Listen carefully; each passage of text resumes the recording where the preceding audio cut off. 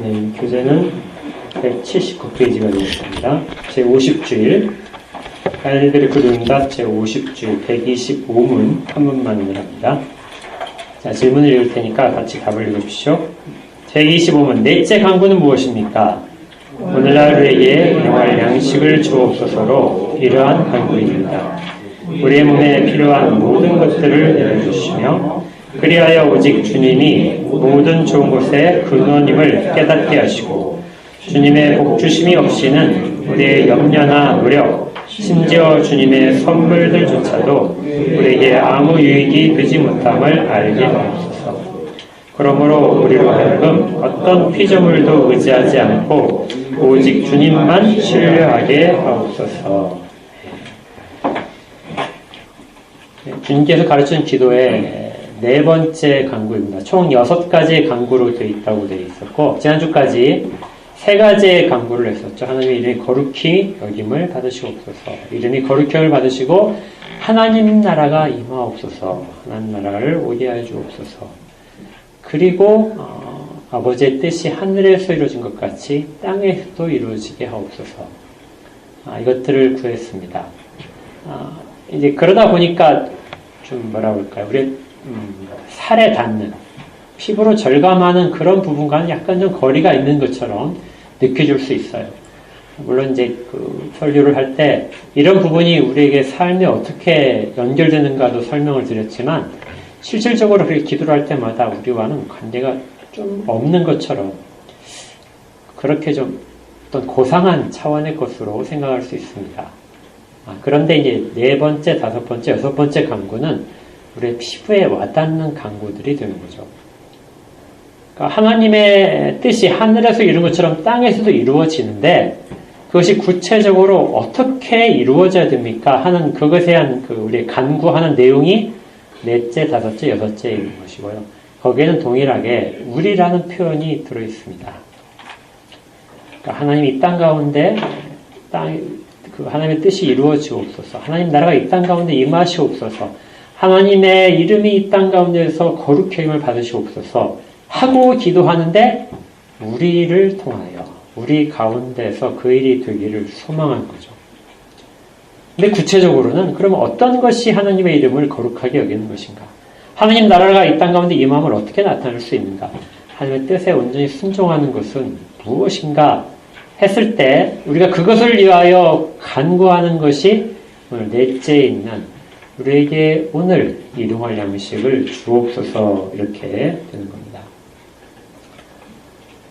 거창하게 되는데요.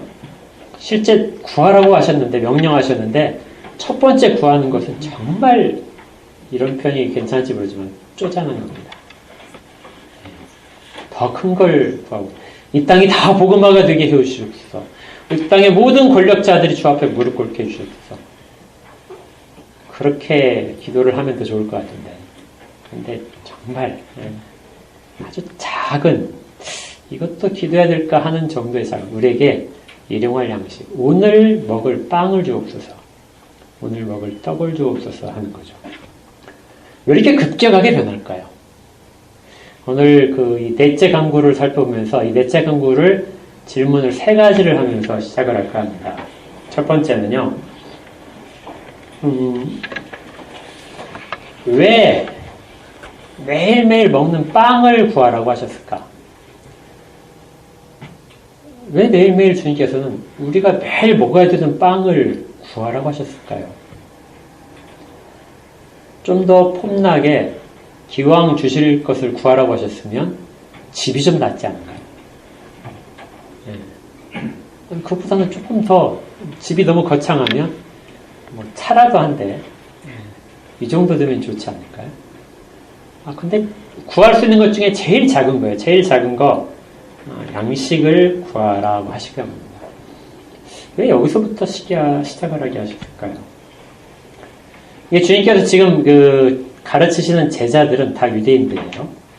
유대인들에게 너희는 이렇게 기도하라 하고 주님께서 명령하시고 가르치시는 내용이기 때문에 유대인들의 당시에 가장 큰 소망은 나라를 되찾는 것입니다. 이방인들의 통치 속에 있지 않고 나라를 되찾는 것인데 그런데 그걸 위해서 너희들이 무엇인가를 해라. 이렇게 하시지 않고 그냥 먹을 거 구해라. 이렇게 하셨던 거죠. 왜 그렇게 하셨을까? 이것이 우리가 가지고 있는 첫 번째 질문이고요. 두 번째는 이 순서입니다. 우리에게 필요한 것들을 구하는데 세 가지를 구하는데 하나가 일용할 양식이고요. 우리의 죄를 사하여 주옵소서. 이것이 두 번째고, 그 다음에 우리를 시험에 들게 하지 마시고 악에서 구하옵소서. 이것이 세 번째인데, 생각을 해보세요. 어떤 것이 제일 중요한 간구일까요? 빵을 달라는 게 제일 중요한 간구일까요? 죄를 사하여 주옵소서. 이것이 중요할까요? 아니면 악에 빠지지 않도록 나를 보호해 주십시오. 이것이 중요할까요? 다 중요하죠. 가치상으로 보게 되면 일용할 빵이 좀 제일 가치가 덜한 것 같아요. 어떻게 보게 되면 영적인 것을 구하지 않고 육적인 것을 먼저 구하게 하셨다는 말이에요. 왜 우리의 죄를 사하는 문제가 훨씬 더 중요하잖아요. 그것이 우리의 구원을 결정하는 건데 구원에 있어서 우리의 죄를 사함을 받기를 원하는 것, 그리고 우리가 우리의 죄진자를 사해 주는 것, 우리 공동체를 유지하는데 얼마나 중요해요. 그런데 그것이 아니고 그냥 나의 작은 필요 하나를 먼저 구하라고 하신, 왜 그걸 먼저 구하라고 하셨을까 하는 이제 질문이 두 번째 질문이고요. 세 번째는 반복되는 표현 같은데, 오늘 일용할 양식을 주옵소서.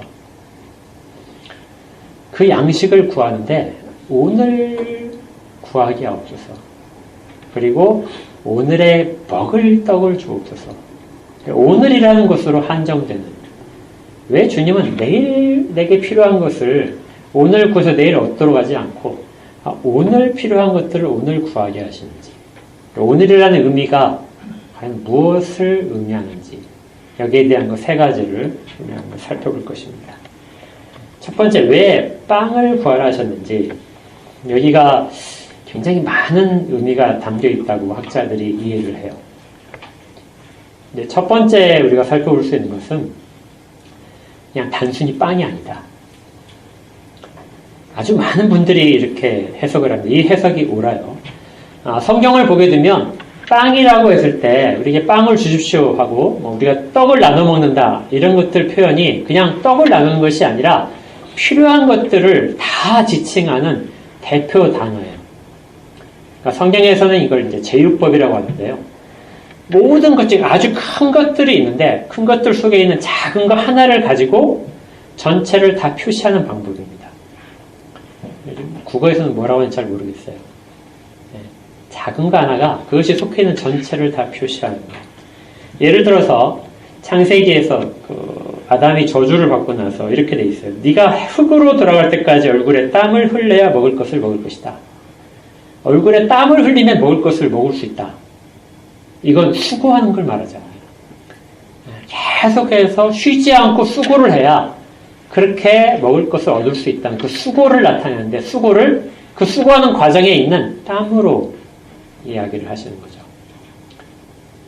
그래서 작은 부분, 전체 중에 아주 작은 부분을 가지고 온 모든 것들을 대표하는 것, 그런 방식인 겁니다.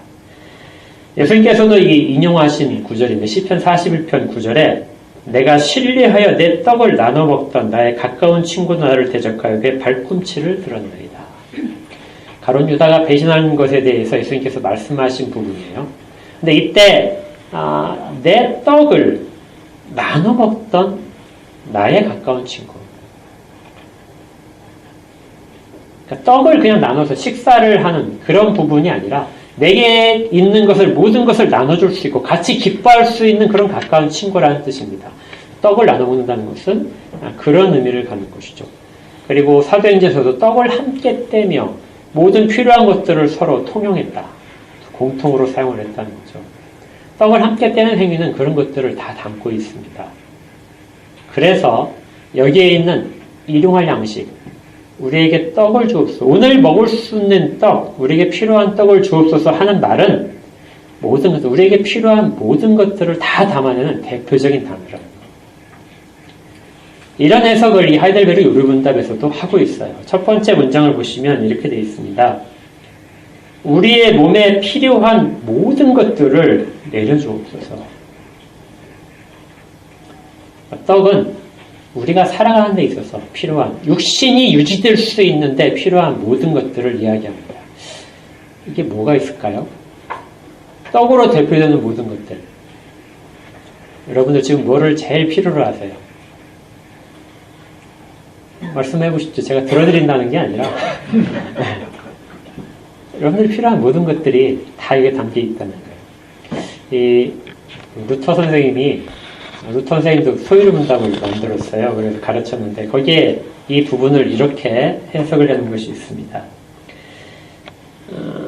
일용할 양식이란 무엇입니까? 이렇게 해서 밑에 설명하게요. 몸과 영혼에 필요한 모든 것. 그러니까 루터 선생님은 하이델베르그 응답은 몸에 필요한 모든 것이라고 했는데 여기에 영혼에 필요한 모든 것도 같이 담았어요. 근데 뒤에 세부적인 내용을 보면은 조금 이해가 됩니다.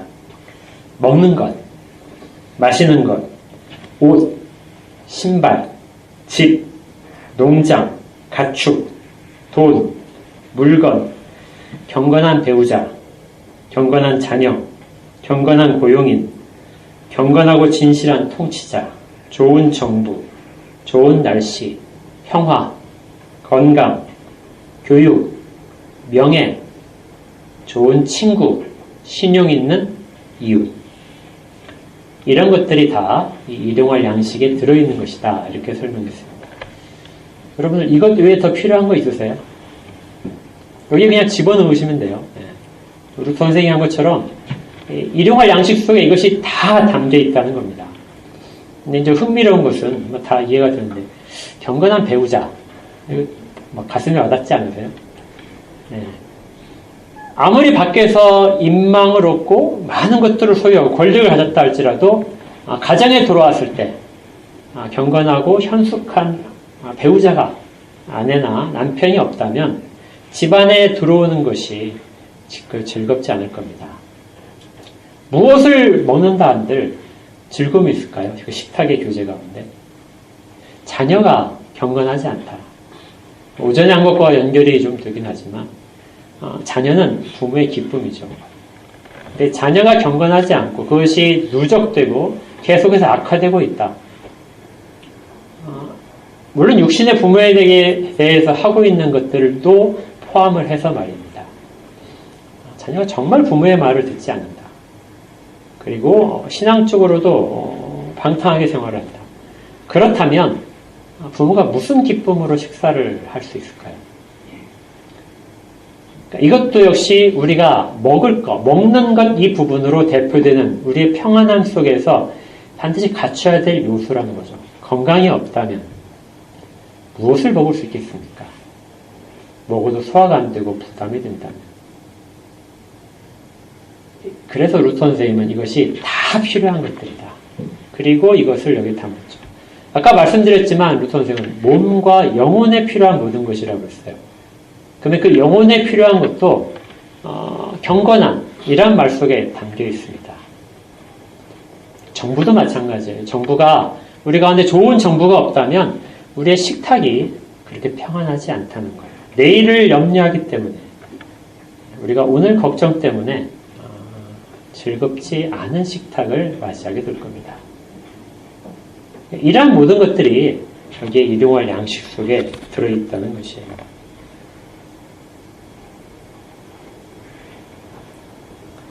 이 일용할 양식에 있는 작은 빵, 이것은 전체를 대표하기도 합니다. 그런데 이걸 약간 관점을 바꿀 필요가 있어요. 그것은 뭐냐면 전체를 이거 하나에 담는 것이 아니라 전체를 말하면서 아주 작은 것 하나로 좁히게 만드신 것이라고 볼 수 있어요.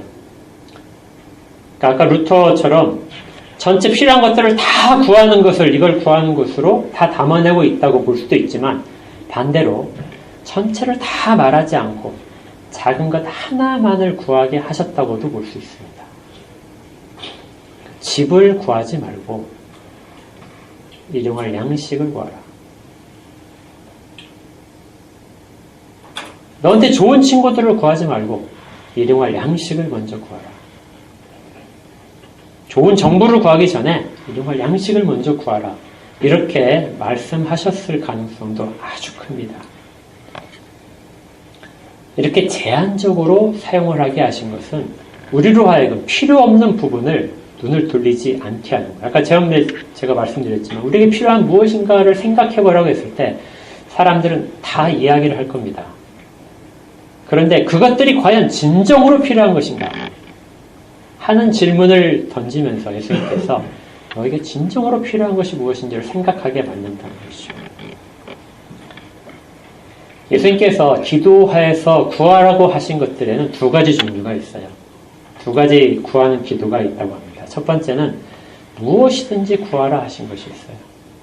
우리가 요한복음을 계속하고 있지만 요한복음에서 자꾸 나왔었죠? 요한복음 15장 7절에 보시면 너희가 내 안에 거하고 내 말이 너희 안에 거하면 무엇이든지 원하는 대로 구하라. 그리하면 이루리라. 무엇이든지 하고 제한 조건이 없는 것이 있어요. 그러니까 구하기만 하면 다 주시겠다는 겁니다. 그런데 어떤 명령에서는 이렇게 구하라고 하시면서 특별히 제한하신 것이 있는 거예요. 그러니까 너희가 일용할 양식을 구하라. 아니면 죄를 사해 주는 걸 구하라. 그리고 시험에 빠지는 것을 빠지지 않도록 보호하시기를 구하라. 이런 것들은 구체적인 명령이죠. 또 성령을 주실 것을 구하라. 또 지혜를 구하라. 이런 것들은 구체적으로 말씀하신 겁니다. 그러니까 작은 명령, 구체적인 특별한 명령은 전체적인 명령을 동시에 갖고 있으면서 이것은 특별히 더 구해라 하는 것과 동일해요. 그러니까 일용할 양식을 구하는 것은 정말 특별하게 구하는 것이라는 겁니다. 왜 이렇게 작은 것으로 그렇게 구하게 만드셨을까요? 이건 그것이 작다는 의미에 일단 초점이 있어요. 사람들은 일용할 양식을 잘 구하지 않습니다. 그걸 하나님이 주셨다고 생각을 잘 하지 않아요. 여러분들이 어떤 위기를 넘겼는데요. 위기를 넘길 때 큰 위기를 넘겼어요. 그럼 하나님이 나를 도우셨다고 말씀을 해요. 근데 여러분이 발 한 발자국을 걷는데 그 발 한 발자국에서 넘어지지 않았어요. 그걸 하나님이 지키셨다고 생각을 하지는 않습니다. 작은 것은 내가 조심하고 내가 조금 더 노력하면은 얼마든지 달성 가능한 것이거든요. 그것은 하나님이 하시지 않아도 내가 할 수 있기 때문에 하나님이 주신 것이라는 생각을 잘 하지 않는 거예요. 일용할 양식을 구하는 것은 정말 사소한 것. 아무것도 아닌 것처럼 당연히 주어지는 것을 그것을 하나님께 구해서 받으라는 겁니다. 그러니 어떤 사람들은 다 그냥 먹잖아요. 여러분들 지금 굶주린 사람 거의 없잖아요. 우리나라에서 일용할 양식이 없어서 힘들어하는 사람들 그렇게 많지 않습니다. 누군가는 무상으로 주기도 하고요. 어디 가서 다 먹을 수 있어요. 찾아오면 구할 수 있습니다. 근데 그것을 하나님께 구해서 얻는다고 생각을 하게 됩니다. 그렇다면 작은 거 하나를 하나님이 주신다면 전체적인 것들도 하나님이 주시겠죠. 내게 일상적으로 정말 작지만 필요한 것을 구한다면 하나님은 더 후히 주시겠죠. 작은 거 하나에 감사하고 작은 거 하나마저도 하나님이 주셔야만 된다는 것을 기억하게 만드는 것이 일용할 양식 속에 숨어있는 것입니다. 그래서 우리 거기 그 해설서에 이렇게 되어 있어요. 넷째 강구는 무엇입니까? 답을 했을 때요. 오직 주님이 모든 좋은 것의 근원이십니다. 모든 좋은 것은 다 주님이 주셔야만 우리가 구할 수 있습니다.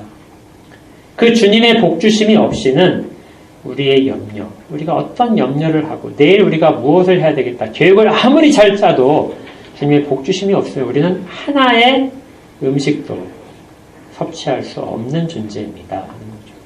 또 우리가 아무리 노력을 한다 할지라도 주님이 주시지 않으면 아무것도 거둘 수 없는 존재입니다. 심지어 주님이 주시는 놀라운 선물들마저도 우리에게 아무 유익이 되지 못할 겁니다. 그걸 주님이 주신 것이라고 알지 못한다면 우리의 영혼의 복들 가운데 아무런 유익이 없다는 거죠. 그래서 우리는 그 작은 거 하나도, 정말 작은 거 하나도 주님이 그걸 주시지 않으면 안 된다. 그 부분을 우리가 늘 고백을 해야 됩니다. 그렇다면 일용할 양식을 구하니까 기도를 하지 않는 날은 없겠죠. 그렇죠? 네. 오늘 먹을 걸 구해야 돼요. 그러면 그 기도는 언제 해야 될까요? 아침 해야 되겠죠. 아침에 기도를 해야 돼요. 그렇게 기도를 해서 하나님의 응답으로 우리가 먹을 수 있게 되면 하나님이 응답하셨다는 생각을 할 수밖에 없는 겁니다. 그래서 우리가 식사 기도를 하지 않나요? 식사 기도를 할 때 오늘 이것을 우리에게 주심을 감사드립니다. 이렇게 기도하잖아요. 근데 그 기도는 사실은 주님이 내 기도에 응답하셨습니다 하는 그것을 확인하는 작업이기도 해요. 어떻게 확인하냐면 아침에 그 기도를 했어요. 하지 않으면 그냥 식사 기도에 하나님 주심에 감사드립니다. 그러니까 그냥 주시는 거니까 감사로 받겠다는 것이거든요. 그런데 어떤 사람은 그것을 아침에 일찍 일어나서 오늘 하루의 양식을 주님 주시옵소서 하고 구했단 말이에요. 그리고 나서 그것을 먹게 되는 거예요. 그러면 그것은 주님이 내 기도에 응답하셨다는 겁니다. 그러니까 먹을 때마다 뭐를 확인할 수 있냐면 기도에 응답하고 계시는구나. 오늘도 내 기도를 들으셨구나 하는 것을 확인을 해요. 그리고 그 작은 거 하나를 확인하면서 큰 것들도 역시 주님께 내가 아는 것들, 우리 가족에 대한 문제들, 또 내 신앙에 대한 문제들, 교회를 위한 문제들, 사업에 대한 문제들도 내가 아렸다면 그 작은 것을 이루신 하나님, 내 기도를 듣고 계신 하나님을 확신하면서 다른 것도 이루실 것을 내가 믿게 되는 것입니다. 오늘 그것이 이루어지지 않다 할지라도 필요한 것들을 주시는 하나님께서, 내 기도를 듣고 계신 하나님께서 그것이 필요한 순간에 반드시 이룰 것이라는 확신을 오늘 내가 가지고 갈 수 있게 되는 것이죠.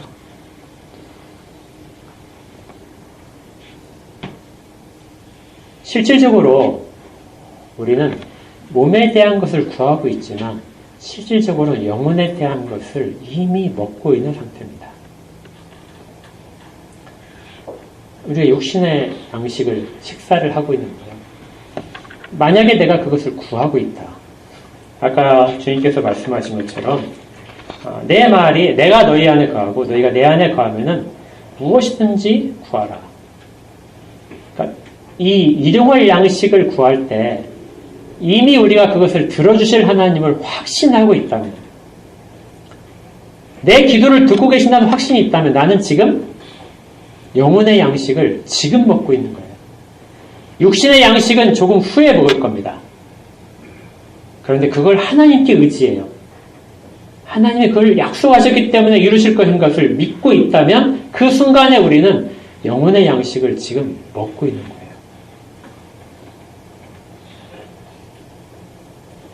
그래서 육신의 일과 영혼의 일은 서로 떨어져 있지는 않습니다. 이건 굉장히 명심을 해야 될 일이에요. 기독교는 근본적으로 사람은 영혼과 육신으로 이루어져 있죠. 그래서 이분으로 되어 있다. 이원론을 이렇게 이해합니다. 사람이 죽으면 몸은 땅에 묻히고 영혼은 주님께로 가잖아요. 그러니까 두 가지로 나눠진 것이 사람의 구성 요소인 것은 확실해요. 그런데 죽기 전까지는 이 두 가지는 우리 몸속에서 같이 연합되어 있습니다. 정말 신비하게 연합되어 있어서 구분할 수가 없어요. 때로는 정말 이것을 우리가 구분하기 위해서 현실이 힘들고 우리의 육체가 아프더라도 얘 영혼은 기뻐한다 이렇게 표현할 수 있지만 영혼이 기뻐하는데 육신이 안 좋을 리는 없어요. 또 육신이 고통스러운데 영혼이 그것과 관계없이 마치 분리된 것처럼 영혼만 기뻐한다는 것도 사실은 있지 않습니다. 육체와 영혼은 정말 밀접하게 되어 있어요.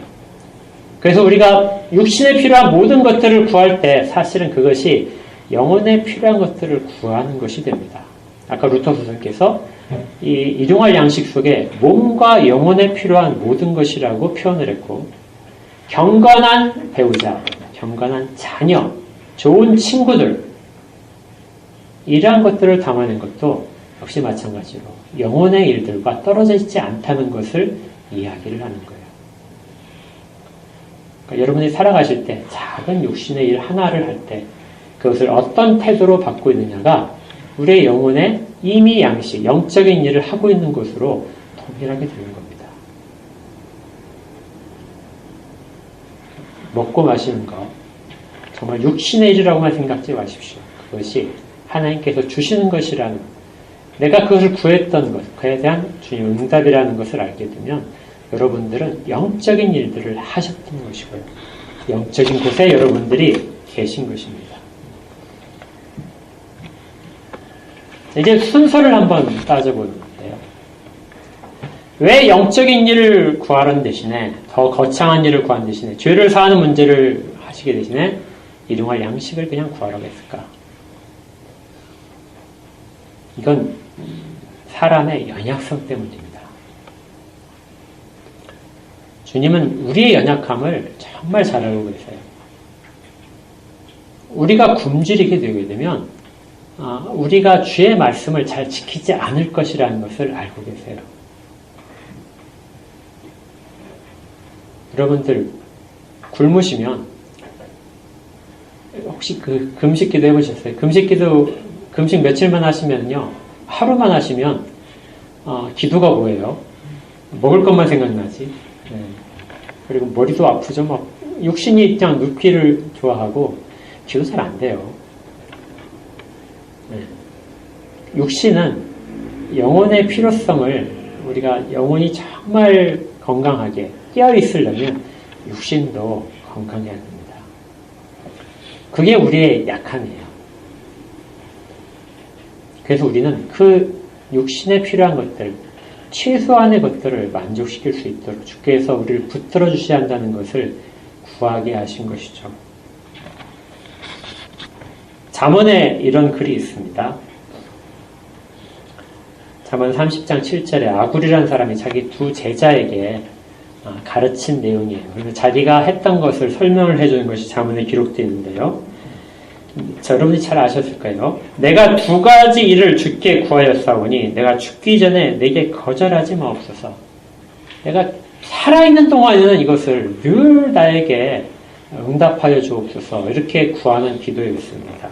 곧 헛된 것과 거짓말을 내게서 멀리 하여 주옵소서. 헛된 것들을 쫓아가지 않게 하시고 거짓말을 내 입에서 멀리 주옵소서. 나 정말 그것을 소원합니다 하고 아굴이 이야기해요. 두 번째는 여러분들이 잘 아시는 구절이야. 나를 가난하게도 마옵시고 부하게도 마옵소서.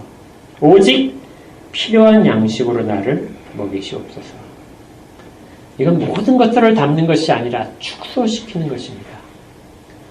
내가 주 앞에서 필요하다고 구하는 것인데 그 내가 필요하다고 생각하는 그것을 응답하지 마시고 주께서 내가 살아가는데 필요한 것들을 공급하여 주옵소서. 이것을 아굴이 구한 것이죠. 혹 내가 배불러서 하나님을 모른다. 여호와가 누구냐 할까 하오며 혹 내가 가난하여 도둑질하고 내 하나님의 이름을 욕되게 할까 두려워함이니이다. 부하게도 마시고 가난하게도 마옵소서. 거기에 대한 기도가 주님께서 일용할 양식을 구하라. 이렇게 하신 것이라는 겁니다. 우리도 늘 그렇게 해야 돼요. 오늘 정말 우리에게 필요한 것들을 주께서 충분히 공급하실 것을 믿습니다. 그렇게 주시옵소서. 우리 각자의 생명을 유지하는 데 필요한 것들을 주님이 주시옵소서. 또 삶의 각가지 관계에서 필요한 것들을 주시옵소서. 교회가 사람들에게 주의 말씀을 증거하기 위해서 필요한 것들을 주시옵소서. 그렇게 기도를 하면서 그러나 그 필요 이상을 우리에게 주진 마옵소서. 그리고 이것을 구하지 않도록 우리를 도우시옵소서. 이것이 일용할 양식의 범위 속에 들어가 있는 것이죠. 우리는 하나님께 기도한다고 하면서 무엇을 구해야 될지 사실은 잘 몰라요. 우리에게 필요한 것, 정말 필수적인 것이 무엇인지도 잘 모릅니다. 무엇이 우리에게 공급되게 되면 우리 영혼을 살찌게 할지, 아니면 반대로 우리 영혼을 미끄러져서 실족하게 할지를 잘 모르죠. 그래서 거기에 대한 기준으로, 정확한 기준으로 일용할 양식을 구하라. 그렇게 말씀을 하신 겁니다. 세 번째, 그리스도께서는 오늘 우리에게 이 양식을 해서 오늘이라는 한정적인 어구를 붙이십니다. 이것도 역시 제한적인 거죠. 이 오늘 일용할 양식이라는 말씀 속에서 예수님께서는 출애굽기, 우리가 읽었던 출애굽기 16장 말씀을 인용을 하셨을 거예요. 출애굽기 16장 4절에 내가 너희를 위하여 하늘에서 양식을 비같이 내리니 백성이 나가서 일용할 것을 날마다 거둘 것이라. 거기에 있는 뒷부분의 구절들, 나가서 일용할 것을 날마다 거두라. 이렇게 하나님께서 명령하신 것을 예수님께서는 다시 명령을 하시는 겁니다. 오늘 너희에게 필요할 양식을 오늘 구하라. 이렇게 하시는 거죠. 하나님께서 이스라엘 사람들을 광야로 이끄시고 가나안 땅에 들어가게 하실 때 광야를 지나가게 하셨습니다. 광야에서 거둘 것이 없었어요. 마실 물도 없었습니다. 어디에서 마실 물이야 뭐 땅에서 샘이 솟아난다지만 먹을 것을 어디서 구하겠어요? 광야가 그 척박한 땅인데. 그런데 하나님께서 그 백성들을 직접 먹이시는 거죠. 그 먹이시면서 법을 하나 주셨어요. 만나에 관한 법은 딱 한 가지밖에 없습니다. 그게 뭐냐면 매일 그것을 내가 줄 테니까 먹어라. 대신 그날 먹을 것만 구해라. 그리고 그것을 다음 날까지 남겨두지 말아라. 얼마나 불편한 명령이죠. 일주일 거 구워서 놓게 되면 편하잖아요. 주님이 얼마든지 그렇게 하실 수 있죠. 만나의 속성이 하루만 지나면 썩는 것이 아니에요. 하나님께서 그렇게 명하셨기 때문에 썩어드는 것입니다. 왜냐하면 안식일이 됐을 때는 그 전날에 이틀 것을 구해도 전혀 썩지 않잖아요. 그것이 썩도록 만드는 것은 하나님이 붙드시지 않기 때문에 그런 거예요. 그것을 매일 구하라. 매일 나가서 먹도록 해라. 그렇게 하지 않고 어떤 사람은 그랬을 거예요. 조금 아껴서 좀 많이 거두고 조금 아껴서 내일 먹을 것을 혹시 내일 무슨 일이 있지 않을까. 우리가 모르잖아요. 내일 일은. 그러니까 내일 그것을 위해서 미리 좀 한쪽에 이렇게 잘 쌓아놓고 어떤 사람은 아예 그냥 처음부터 나는 귀찮아. 이틀째 한꺼번에 주시는데 팍 주셨겠지 하고 갔다가 도와주는 거죠. 안식일날도 그렇게 하시는데 우리가 안 썼겠지. 그런 생각도 했을 겁니다. 그러나 상하죠. 남은 것들은 상합니다. 왜 그러셨어요? 하나님이 말씀하신 것을 믿지 않는 사람들에 대한 징벌입니다. 내가 매일 나가서 구하라고 명령을 했어요. 가서 거두라고 명령하셨는데 그것을 지키지 않는 사람들, 그런 사람들에게 그 명령이 얼마나 중요한 것인가를 깨닫게 하시는 것입니다. 그래서 매일 구하는 사람들은 내일에 대한 걱정을 하지 않는 거죠. 내일의 염려로 오늘의 귀중한 시간을 빼앗기지 않는 겁니다. 왜냐하면 내일은 하나님이 약속하신 날이거든요. 오늘 이루어진 일들은 내일도 역시 이루어질 것입니다. 하나님의 사람들은 내일 양식에 대하여 걱정하지 않습니다. 하루의 염려는 하루의 족할 뿐입니다. 사람들은 가져다 놓고 생각했을 거예요. 어떤 사람은 자기가 많이 거두는 걸 가지고 자랑할 사람이 분명히 있습니다. 이건 만나만이 아니고요. 일용할 양식을 구하라는 것은 우리가 다른 물질에서도 동일하게 적용할 수 있어요. 많이 쌓아놓으면 여러분 안심되죠. 저축 많이 해놓고 투자 많이 해서 든든하게 되면 안심할 겁니다.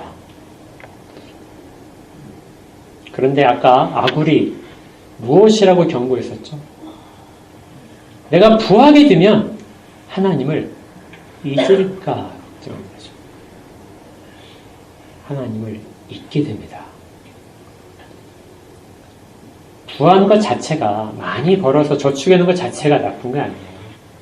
그런 것들을 하나님이 쓸 수 있도록 거두게 하신 거기 때문에 그렇죠. 그러나 그것이 하나님의 은혜를 그것 없어도 살 수 있다는 그 하루를 우리한테 줄 수 있다면, 주고 있다면 우리는 심각한 우왕거리를 가지고 있는 겁니다. 그것이 썩어져 있는 거예요.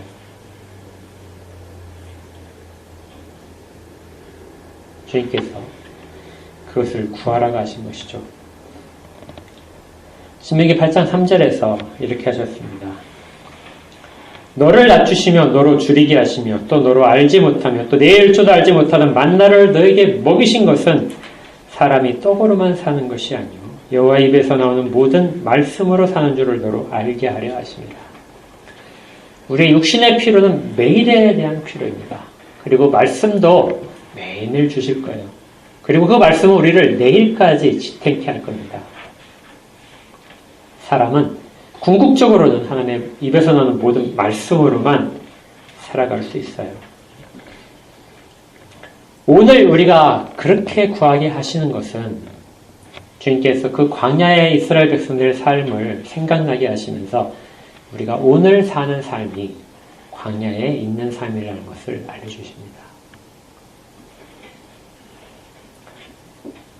가나안 땅에서 풍족하게 있는 삶이 아니라 오늘 우리는 광야를 지나는 사람들이다. 그래서 오늘 하루에 필요한 것들을 매일 하나님께 간구해서 얻어내야 되는 사람들이다. 그리고 매일매일 응답받아야 될 사람들이다. 하나님의 복주심에 대한, 우리가 구한 것에 대한 응답이 필요 없는 사람은 아무도 없다는 거죠. 우리는 매일 응답받아야 되고 매일 구해야 되는 사람들입니다. 그래서 하나님께 다시금 엎드리고 구하는 것이고요. 그리고 또 하나 오늘이란 속에는 약속이 이루어지는 오늘의 우리의 현실입니다. 오늘은 하나님이 약속하는 것이 이루어지는 날이에요. 하나님이 오늘 공급하시겠다는 것이 오늘 이루어집니다. 하나님이 오늘 우리에게 어떤 신령한 복을 주시겠다고 하셨다면 그것은 오늘 우리에게 이루어지는 거예요. 오늘이라는 것은 늘 하나님의 개입하심을 체험하는 날입니다. 그래서 오늘 하루가 실질적으로 하나님과 동행하는 날이 되는 것이고요. 오늘 하루가 응답받은 날이 되는 것이고 그 응답받은 날을 살아가는 것이죠. 그리고 마지막에 있는 것처럼 우리가 그 답에서도 볼 것처럼 우리의 염려나 노력을 하지 말라는 것이 아니라 노력을 해야 돼요. 그러나 그 노력이 우리로 하여금 하나님 주시는 것을 얻게 하는 원인은 아니라는 것을 다시금 깨닫게 만드십니다. 우리의 수고는 복의 원인이 아닙니다. 우리가 염려를 내서 복을 받는 것도 아니고요. 우리가 수고를 내서 복을 받는 것도 아니에요. 단지 우리의 수고, 정직한 수고는 하나님이 그 복을 받게 하는 지정하신 수단입니다. 땀을 흘려야 거둘 수 있어요. 정직하게 일을 해야 됩니다. 그것이 하나님이 우리에게 지정하신 수단이에요. 그걸 하기 위해서 오늘을 주의 말씀대로 사는 겁니다. 그러니까 순서가 오늘 우리가 이걸 기도를 하는 거예요. 아침 일찍이 기도를 쭉 합니다. 오늘 내게 일용할 양식을 주옵소서. 우리가 오늘 만나는 사람들 속에서 하나님의 은혜가 임하고 있음을 깨닫게 하옵소서. 오늘 내가 정직하게 행할 수 있도록 하옵소서. 이런 기도를 하고 시작을 하고 그리고 하루를 살면서 그 기도에 대한 응답을 계속해서 체험하면서 사는 것이에요. 이건 육적인 것만이 아니라 영적인 체험 속에서 하루를 살아가는 겁니다. 그리고 아주 작은 것 하나도 하나님께서 주신 것이라는 것을 고백하며 하루를 사는 것이죠. 우리에게 이러한 감사와 오직 하나님의 은혜에만 의지할 수 있는 그런 마음, 그런 겸손함이 반드시 있어야 됩니다. 처음에 그랬죠. 하늘에서 하나님의 뜻이 이루어진 것처럼 땅에서도 이루어지게 하옵소서. 하나님의 뜻이 땅에서도 어떤 방식으로 이루어진다고요? 작은 것 하나를 구해서 얻는 것으로. 그것이 하나님의 약속이 실현되는 것이라는 확신을 우리가 경험을 하게 하시므로.